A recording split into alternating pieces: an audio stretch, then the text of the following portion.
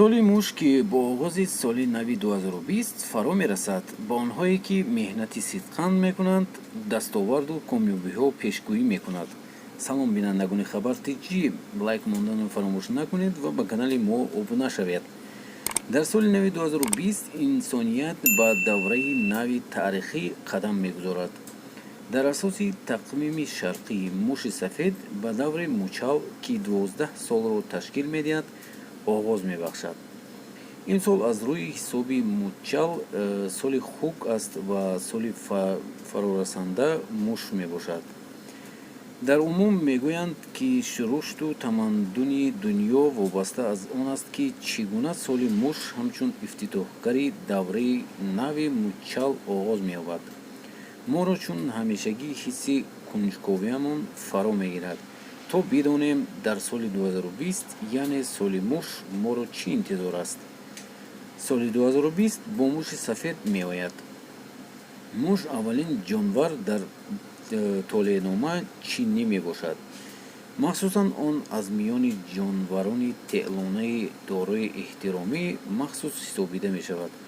рамзи соли дар пешистода муши сафед соҳиби заковат ва ҳисси баланд дониста мешавад. мушҳо аслан зираку доно ва ҳушёр мебошанд ва ҳамчунин дорои тактикаю стратегияи махсус дар олами худ мебошанд.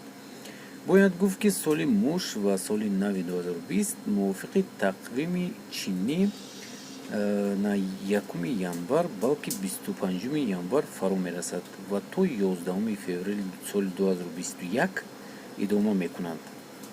рамзи соли 2020 ин металл ва ранги сафед дар симои муш аст. металл маводи сахт ва инҳисогарӣ, мотнату устуворӣ, пурқувватию табоварӣ ва сахтӣ мебошад. ранги сафед бошад рамзи покию доногӣ, ҳақиқату некӯкорӣ мебошад. вобаста аз ин чунин муш метавонад бо ноадолатӣ ва сахтиҳои зиндагӣ мубориза барад. ба ин хотир рамзи соли 2020 яъне муши сафед ба онҳое ки аз таҳдил дил меҳнат мекунанд ва аз покию нерӯкорӣ истифода мебаранд бурди бориҳо меорад. ҳамчунин онҳое ки бо роҳи нопок соҳиби чизе шаванд ва мақсадашон намерасанд. ин буд видеои имрӯзаи мо. дӯстони азиз, шумо чӣ фикр доред дар бораи ин муши сафед? соли хеле пурфайзу пурбаракат мешавад ё не? албатта нависед дар комментария.